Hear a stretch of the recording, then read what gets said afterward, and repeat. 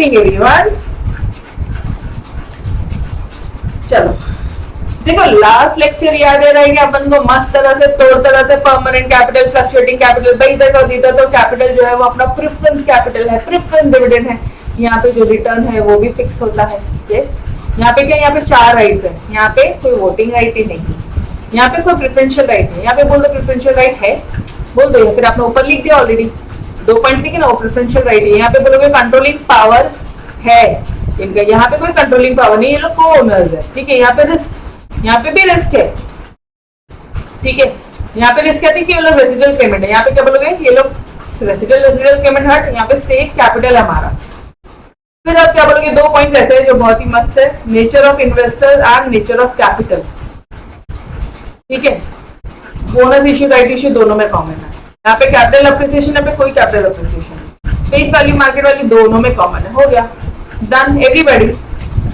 सारा मस्त तरह से हो रहा है क्या, एकदम तोड़ तरह से हो रहा है अपना एसपी, यस और नो। अभी तक मस्त तरह से पूरा line by line, word by word पूरा लर्न है अपन को। ठीक है, चलो अब बढ़ते हैं अपन types of preference shares. Preference shares के टाइप्स क्या है? पहला है क्यूमुलेटिव, नॉन क्यूमुलेटिव। अरे बचा हुआ जो डिविडेंड है ना, देखना यहाँ पे थोड़ा सा कंसेप्ट समझो। जो डिविडेंड है वो अक्यूमुलेट होता जाएगा। मान लो पहले जो डिविडेंड था 1 साल का नहीं दिया, ठीक है, वो ये रहा, दूसरे साल का, तीसरे साल का, चौथे साल का, ये पूरा का पूरा अक्यूमुलेट होता जाएगा।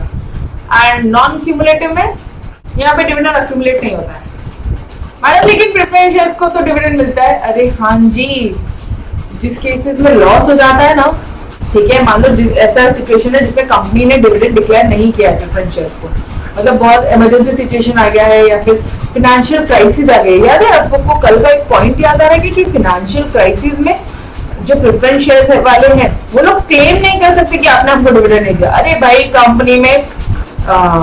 कंपनी का दिवाला नहीं कर गया है, उनके पास पैसे नहीं है, थोड़ा तो समझो। ठीक है, वो बेचारा खुद ही नहीं संभल पा रहा, वो तुमको क्या पैसे देगा अभी ना। ऐसे केस में क्यूमुलेटिव प्रेफरेंस शेयर्स में डिविडेंड अक्यूमुलेट होता है। ठीक है, अक्यूमुलेट होता है, बड़ा होते जाएगा और वो पूरा पैसा आपको मिलेगा। नॉन क्यूमुलेटिव में डिविडेंड अक्यूमुलेट नहीं होगा। सिर्फ मैं आपको बेसिक कंसेप्ट बता रही हूँ, line by line, word by word देखेंगे।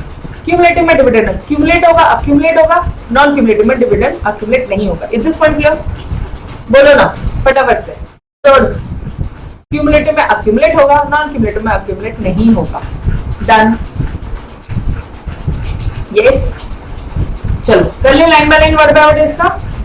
ये शॉर्ट में देखो यहाँ पे it goes on accumulating until it is fully paid. जब तक पूरा पैसा पेमेंट नहीं किया, ये इसको पहले साल का प्लस दूसरे साल का प्लस तीसरे साल का प्लस चौथे साल का, ये पूरा का पूरा अक्यूमुलेट होगा और आपको पूरे चारों साल का पूरा पेमेंट करना होगा। इसको बोलते हैं क्यूमुलेटिव। नॉन क्यूमुलेटिव क्या होता है? यहाँ पे डिविडेंड अक्यूमुलेट नहीं होता। तो मैडम फिर डिविडेंड जो पिछले 3 साल का लैप्स सिर्फ चौथे साल का मिलेगा। ठीक है, तो प्रेफरेंस शेयर परचेज करने के टाइम पे भी देख लेना कि तुम्हारा टाइप कौन सा प्रेफरेंस शेयर में, क्यूमुलेटिव है कि नॉन क्यूमुलेटिव है। डन। फिर है तुम्हारा पार्टिसिपेटिंग, नॉन पार्टिसिपेटिंग। यहाँ पे तुम पार्टिसिपेट करते हो सरप्लस प्रॉफिट्स में, मतलब प्रेफरेंस डिविडेंड मिलने के बाद में, प्रेफरेंस डिविडेंड मिल गया आपको, आपका अधिकार मिल गया, प्रेफरेंस डिविडेंड मिला, यस, तो उतना पैसा उसके बाद पेमेंट करने का जो पैसा बच गया है उसमें भी तुम्हारा अधिकार है। यहाँ तो एक नंबर, ठीक है। Surplus profit which remains after dividend paid to equity shareholder is distributed to preference shares. मतलब मैडम देखो, जैसे लेट से सिर्फ एक एग्जांपल ले रही हूँ, 10 लाख का प्रॉफिट हुआ तो सबसे पहले किसको मिलेगा? प्रेफरेंस डिविडेंड को। ठीक है, लेट से 2 लाख का अपन ने उनको दे दिया, कितना बचा? 8 लाख बचा। यस और नो? 8 लाख बचा। 8 लाख में से इक्विटी शेयर्स को दे दिया, इक्विटी शेयर्स को लेट से 5 लाख दे दिया अपन ने। बचा हुआ जो 3 लाख है ना, उसमें भी इनका अधिकार है क्योंकि ये लोग पार्टिसिपेटिंग प्रेफरेंस शेयर है, इनका सरप्लस प्रॉफिट में भी इनका पार्टिसिपेशन है। Is this concept clear? Surplus profit में भी इनका पार्टिसिपेशन है boss. Clear everybody? Yes. Non participating क्या होगा बोल दो? जिनको सिर्फ फिक्स रेट डिविडेंड मिलेगा, ऊपर का कुछ भी नहीं. ठीक है. यस. कन्वर्टेबल प्रेफरेंस शेयर्स क्या होता है? Convertible preference shares, they have a right to convert preference into equity share. भाई इनके पास में अधिकार है कि वो अपना प्रेफरेंस शेयर को इक्विटी शेयर में कन्वर्ट कर सकते हैं.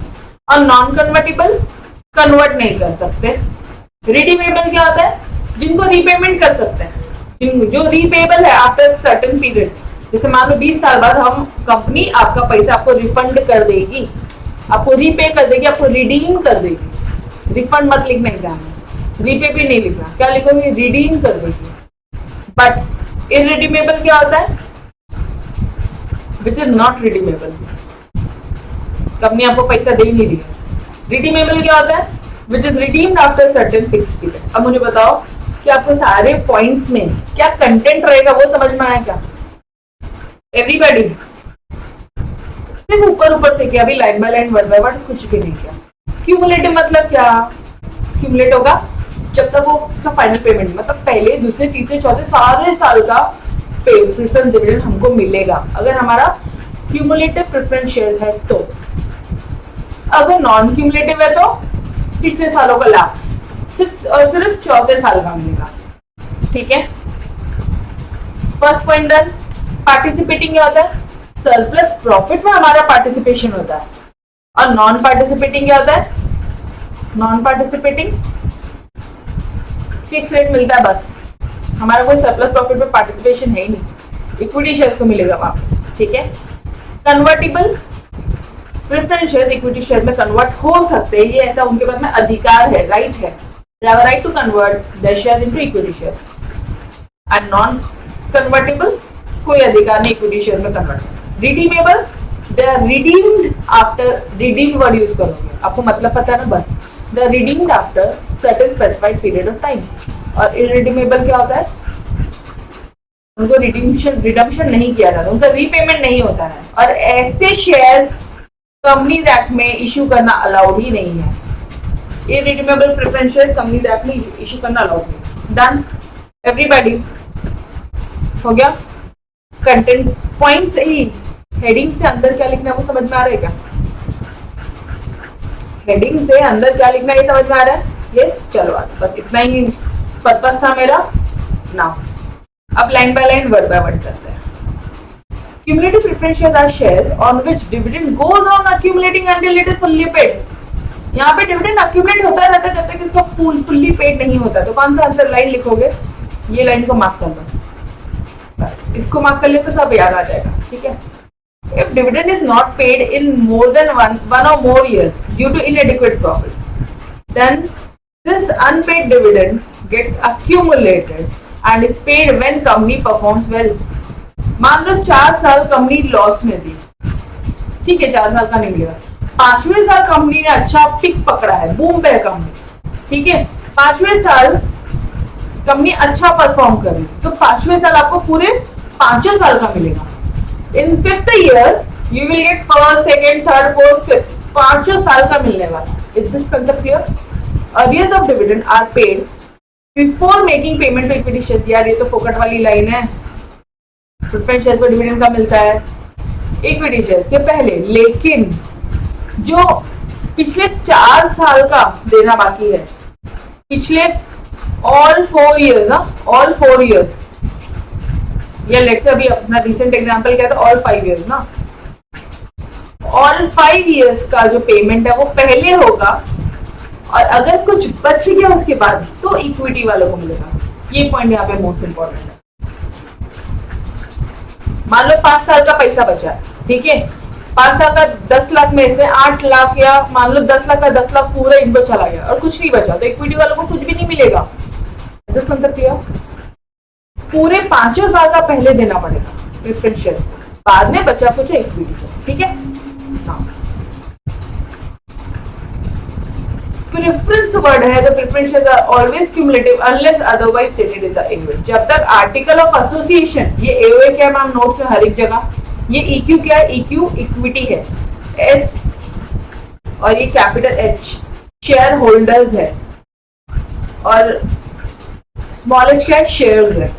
ठीक है, ये शेयर्स है, ये शेयर होल्डर्स है, और ये AOA है, आर्टिकल ऑफ एसोसिएशन ना।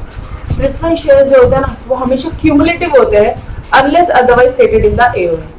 जब तक आर्टिकल ऑफ एसोसिएशन में कुछ मान लो ऐसा बोल दिया कि नहीं वो नॉन क्यूमुलेटिव है, तो ठीक है, तो वो नॉन क्यूमुलेटिव है। लेकिन अगर मेरी कंपनी में कुछ भी नहीं बोला है तो वो हमेशा वो क्यूमुलेटिव ही होंगे, उनको डिविडेंड दिया ही जाएगा। बेसिक कॉमन सेंस है, प्रेफरेंस डिविडेंड है, प्रेफरेंस दिया जाएगा आपको डिविडेंड के तौर पे, प्रेफरेंस दिया जाएगा तुमको रीपेमेंट ऑफ कैपिटल में। तो अगर एओए में कुछ भी नहीं बोला है तो तुम प्रेफरेंस हो, तो तुम्हारा क्यूमुलेटिव है, और अगर बोल दे कि नहीं नॉन क्यूमुलेटिव है तो फिर ठीक है, तो डिविडेंड नहीं दिया जाएगा। ये पॉइंट क्लियर है? और कॉमन सेंस देखो, जैसे रट्टा नहीं माने कि एओए में unless otherwise stated in the. हाँ, अरे लॉजिकल है ना, नाम में प्रेफरेंस है।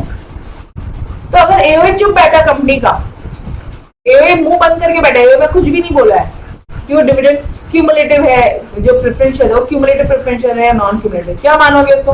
क्यूमुलेटिव। क्यों? क्योंकि डिविडेंड जाना ही चाहिए यार प्रेफरेंशियल्स को। ठीक है, प्रेफरेंस है, उनको प्रेफरेंशियल राइट है।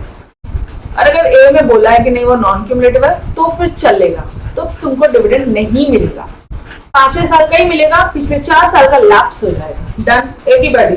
चलो, it means that if dividend is not paid any year, then unpaid amount is carried forward to the next year until all arrears have been paid. Same points repeated. ठीक है? Non cumulative में क्या बोलोगे? Dividend on this share does not gate accumulated and dividend can be paid only out of the profit of that year. उसी साल का जो profit है ना, उसी में से मिलेगा।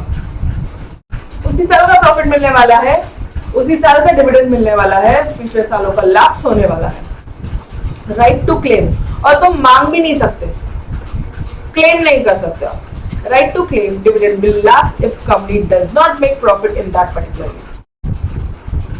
Then everybody, if dividend is not paid in any year, it is lost forever.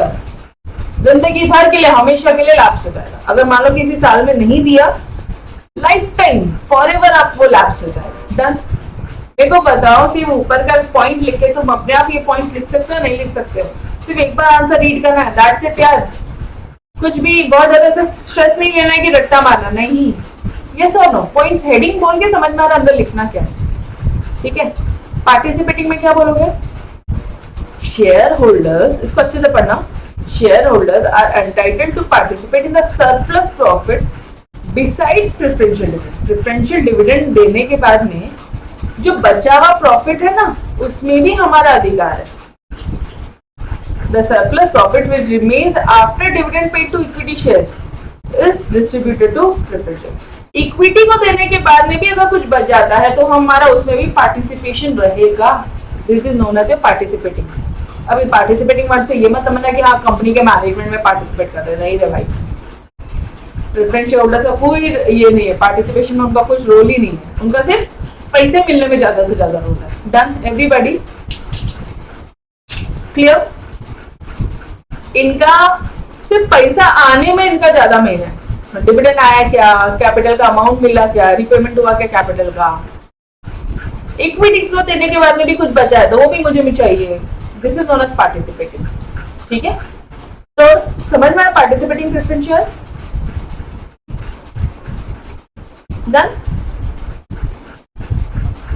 अच्छा, अब मुझे बताना, कॉमन सेंस, सिर्फ कॉमन सेंस पूछ रही हूँ मैं आपको। अपनी कंपनी है और अपने प्रेफरेंस शेयर इशू किया है, तो आर्टिकल ऑफ एसोसिएशन में अगर कुछ भी नहीं बोला तो पार्टिसिपेटिंग होगा या नॉन पार्टिसिपेटिंग? प्लीज नोट्स में नहीं देखोगे, प्लीज गाइस, थोड़ा कॉमन सेंस अपने आप में पॉइंट्स आपको लर्न करवा दूंगी। 2 मिनट रुको, एटलीस्ट लॉजिक समझा दूंगी तो अपने आप ये याद रहेगा, जिंदगी भर याद रहेगा। आर्टिकल ऑफ एसोसिएशन चुप है, एकदम चुप है आर्टिकल ऑफ एसोसिएशन। तो मुझे एक बार बताना कि अगर आर्टिकल ऑफ एसोसिएशन चुप है तो तुम्हारा जो शेयर है, प्रेफरेंस शेयर जो कंपनी ने इशू किया, ओनली लेटर से कुछ प्रेफरेंस शेयर इशू किया तुमने, कि तुम्हारा सबसे पहले अधिकार है। ठीक है, तो क्या तुम्हारा पार्टिसिपेटिंग रहेगा कि नॉन पार्टिसिपेटिंग रहेगा? कंपनी के लिए क्या बेनिफिशियल है?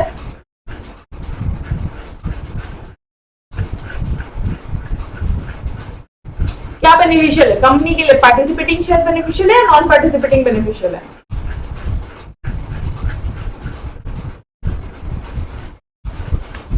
अदिति, अरे ये 3 लाख मैं चाहूंगी कि प्रेफरेंस शेयर होल्डर्स मेरे बचे हुए 3 लाख भी लेके जाए। नहीं नहीं यार, मैं चाहूंगी कि ये कंपनी के रिजर्व एंड सरप्लस में बैलेंस शीट में आ जाए 3 लाख। अब बोल, कंपनी के पॉइंट ऑफ व्यू से बोल, ओनली लेक्चर्स के पॉइंट ऑफ व्यू से बोल बेटा कि ये पार्टिसिपेटिंग होना चाहिए। अगर आर्टिकल एसोसिएशन चुप है तो प्रेफरेंस शेयर तेरा पार्टिसिपेटिंग होगा कि नॉन पार्टिसिपेटिंग होगा? Yes, non participating. Done anybody? Same point है, अंदर आ जाओ, नीचे आओ, वही लिखा है।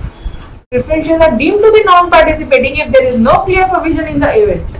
Deemed है कि वो non-participating है। ये डीम है कि ये 3 लाख रुपए हमारी कंपनी का है और तुम्हारा नहीं है जो बचा कुछ है, ठीक है? Obviously यार,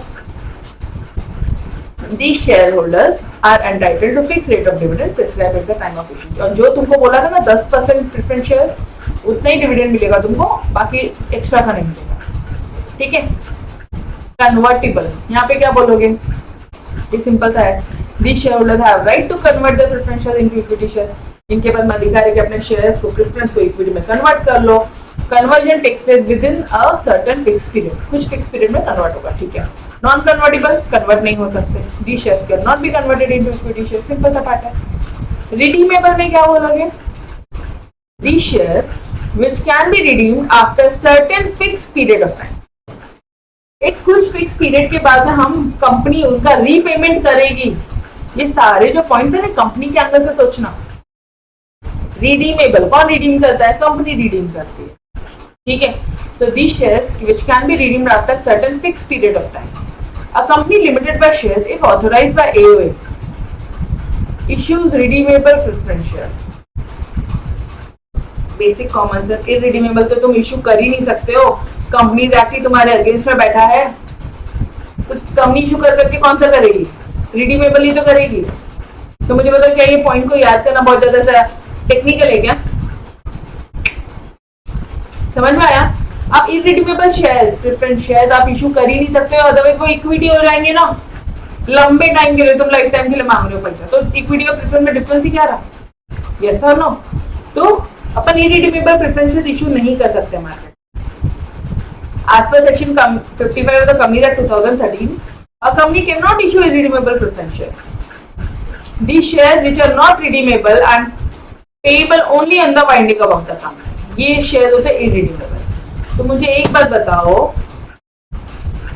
कंपनी बचा हुआ कोई भी शेयर है तो वो रिडीमेबल रहेगा कि इररिडीमेबल रहेगा? जब इररिडीमेबल कंपनीज एक्ट ने तुमको वायलेट किया कि तुम इशू कर ही नहीं सकते, रिस्ट्रिक्शन डाल दिए, तो कौन से रहेंगे वो शेयर? रिडीमेबल कि इररिडीमेबल? बेसिक कॉमन सेंस है। जितने भी प्रेफरेंस शेयर रहेंगे वो रिडीमेबल ही तो रहेंगे। यस और नो? क्वेश्चन समझा? पॉइंट समझा मेरा? नहीं मैडम नहीं समझा, क्योंकि तुम्हारे कमेंट नहीं आ रहे मतलब नहीं समझा। एक बार आ जाओ वापस। कंपनीज एक्ट 2013 क्या बोलता है?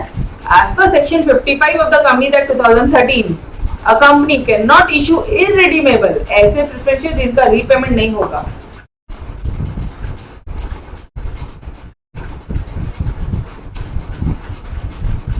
ये कंपनीज एक्ट ने रिस्ट्रिक्शन डाल दिया। तो अगर कंपनी कोई प्रेफरेंस शेयर इश्यू कर रही है तो मुझे बताओ ना, वो रिडीमेबल होगा कि इररिडीमेबल होगा? यस एवरीबॉडी, वो रिडीमेबल होगा इररिडीमेबल होगा? इररिडीमेबल तो कंपनीज एक्ट 2013 ने ही मना कर दिया ना, तो रिडीमेबल होगा ऑब्वियसली। यस, मतलब वेरी गुड, मतलब ऐसे शेयर जिसका रीपेमेंट कंपनी को करना ही पड़ेगा। सिंपल सा लॉजिक है, ठीक है? तो कुछ भी एओए वाला जो वर्ड है ना, ये पॉइंट में पता है आपको, सीएस लेवल पे भी बच्चे बोलते हैं यार, मतलब मेरे खुद के फ्रेंड्स बोलते थे यार ये रटना पड़ता है यार, ये एओए का क्या लॉजिक है? अरे एओए बहुत ऐसे एकदम लॉजिकल रहता है, ये सारे पॉइंट इसको रटना नहीं पड़ता, सिर्फ कॉमन सेंस अप्लाई करो, आपको खुद ब खुद समझ में आ जाएगा। ये तो अलाउड ही नहीं है, तो बच्चा वो रिडीमेबल ही तो रहेगा। तो company limited by share if authorised bye AOA issues redeemable preference share, obviously irredeemable तो अलाउ ही नहीं है, तुम क्या इशू कर रहे हो? सच share must be fully paid. Redeem कर सकते हैं मतलब फुल्ली पेड ही होगा। It can be redeemed out of divisible profit only, मतलब डिविजिबल प्रॉफिट मतलब जिस साल का जो प्रॉफिट है और out of fresh issue of share, या फिर तुम और शेयर इश्यू करो मार्केट में, तुमको हमारे पास में पैसा आएगा और ये पैसे तुम रिडीम कर दो, वो चलेगा। मैम ऐसा क्यों? अरे बाबा, कंपनी ने अगर आपको शेयर प्रेफरेंशियल इशू किया है, ठीक है, कंपनी ने आपको शेयर इशू किया है, तो ऑब्वियसली वो पैसों की जरूरत होगी इसलिए इशू किया ना। कंपनी ने पैसे यूज कर लिए, अभी पैसे नहीं हमारे पास में, हम जो भी तुम्हारा पैसा था ना, हमने प्रोसेस ऑफ प्रोडक्शन पूरे कंपनी के ऑपरेशन में लगा दिए, कंपनी के वेरियस प्रोडक्शन प्रोसेसेस चालू है, अब कहां से पेमेंट करें? तो ऐसे टाइम पे कंपनी और शेयर इशू कर सकती है मार्केट में और पैसा ले सकती है, और ये जो पैसा आया है इससे आपको पेमेंट कर देगी। तो डिविजिबल प्रॉफिट या फिर फ्रेश इशू ऑफ शेयर, ये पॉइंट एक नया पॉइंट था, बहुत मस्त पॉइंट था, बाकी कोई भी पॉइंट में इतना दम नहीं था। ये आंसर यस और नो पॉइंट समझा? या तो इस साल का प्रॉफिट या फिर new share fresh share issue कर दिया, उससे हम लोग रिपेमेंट कर सकते हैं। डन। तो guys here we had finish your पूरा आंसर। टाइप्स ऑफ प्रेफरेंसेस हो गए अपने, ठीक है। अब क्या बचता है अपना? अब बचता अपना रिटेन्ड अर्निंग्स क्या होता है, डिटेल में देखेंगे। रिटेन अर्निंग्स के डिटर्मिनेंट्स क्या है वो डिटेल में देखेंगे। फिर बोरोड कैपिटल, डिबेंचर्स, उसके फीचर्स बचेंगे, टाइप्स ऑफ डिबेंचर्स बचेगा। ये 2-3 चैप्टर ना, सेकंड थर्ड सिर्फ 2 ही चैप्टर बढ़े आपके, सेकंड और थर्ड। फोर्थ चैप्टर से जितना मस्त शुरू होगा ना, धड़ाधड़ आपका क्वेश्चन खत्म होगा। तो सिर्फ ये 2 जो चैप्टर थे बहुत अच्छे से करना, लेकिन मेजॉरिटी क्वेश्चन यहीं से आते हैं, ठीक है, बिकॉज ये चैप्टर आपके 20 पेजेस का है, बाकी सब 7-8 पेजेस का है, 4 से लेके पूरा एंड तक, ठीक है। तो बहुत शांति से करेंगे, डोंट वरी। हर एक लेक्चर में वही कोशिश करेंगे कि एक एक पॉइंट तो आगे एकदम मस्त से रट के जाए, ठीक है। ओके गाइस, तो we will stop till here, but उसके पहले एक बार फटाफट से रिवाइज कर लो ना। क्यूमुलेटिव, नॉन क्यूमुलेटिव, उसके बाद में participating, non participating, convertible, non convertible, redeemable, irredeemable. Cumulative cumulate होगा, नॉन क्यूमुलेटिव डिविडेंड क्यूमुलेट नहीं होगा। पार्टिसिपेट करेंगे सरप्लस प्रॉफिट में, पार्टिसिपेट नहीं करेंगे, ठीक है। कन्वर्ट कर लेंगे इक्विटी शेयर में, नॉन कन्वर्टेबल, कन्वर्टेबल नहीं होगा हमारा शेयर। रिडीम कर देंगे, irredeemable. Done everybody, I hope meaning के साथ समझ में आया। यस, मैंने अभी जस्ट एक्शन करके बोला, उसमें आपको मीनिंग समझ में आया। क्यूमुलेट होगा डिविडेंड, क्यूमुलेट नहीं होगा। पार्टिसिपेट करेंगे सरप्लस प्रॉफिट में, मतलब प्रेफरेंस को पहले, इक्विटी को पहले, बचा हुआ 3 लाख हमारा, ठीक है। और नॉन पार्टिसिपेटिंग मतलब यहाँ पे पार्टिसिपेशन नहीं। तो नॉर्मली अगर एओए साइलेंट है तो अपना शेयर नॉन पार्टिसिपेटिंग होगा, क्योंकि वो 3 लाख कंपनी खुद चाहेगी, खुद रखना चाहेगी, तुमको बांटना नहीं चाहेगी, ठीक है। एक कंसेप्ट क्लियर किया मैंने वहां पे। कन्वर्टेबल इक्विटी शेयर में कन्वर्ट हो जाएगा, नॉन कन्वर्टेबल इक्विटी शेयर में कन्वर्ट नहीं होगा, यहाँ पे तो कोई टेंशन वाली बात ही नहीं। रिडीमेबल, इररिडीमेबल, पहले 1 मिनट, कंपनी ने 2013 बोलता है कि रिडीमेबल प्रेफरेंस, इररिडीमेबल प्रेफरेंस आप इशू ही नहीं कर सकते हो, तो जो भी शेयर इशू हो रहे हो रिडीमेबल ही होंगे, चाहे एओए में बोला हो या नहीं बोला हो, सिंपल से कंसेप्ट। डन एवरीबॉडी, तो with the concept, yes. Make sure आज के आज टाइम निकालोगे और ये आंसर आज के आज देखोगे, और इसके अलावा अभी तक जितना पढ़े चैप्टर 2 में पूरा का पूरा रिवाइज करके कर लो, ठीक है। यस, तो bye bye everyone, take care, खुदा हाफिज, मिलते हैं कल, तब तक के लिए अलविदा, बाय बाय।